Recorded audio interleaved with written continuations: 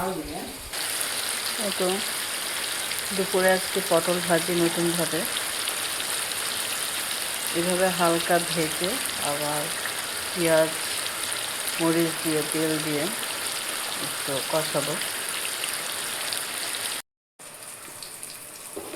এটাকে আবার পেঁয়াজ মরিচ দিয়ে ভুনা করবো। পেঁয়াজ আর মরিচটা একটু ভেজে নিচ্ছে, এখন ছেড়ে দেবো। এখন একটু ছেড়ে দেবো। এটা হালকাভাবে ভেজে আবার পেঁয়াজ মরিচের সুন্দর করে একে ভুনা করা।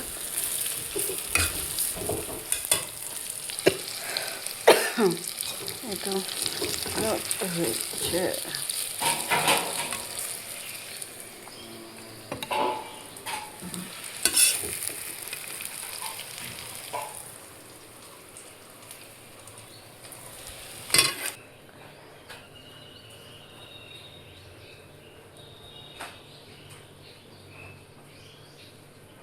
এভাবে একটু ঝাল ঝাল করে করলে খুব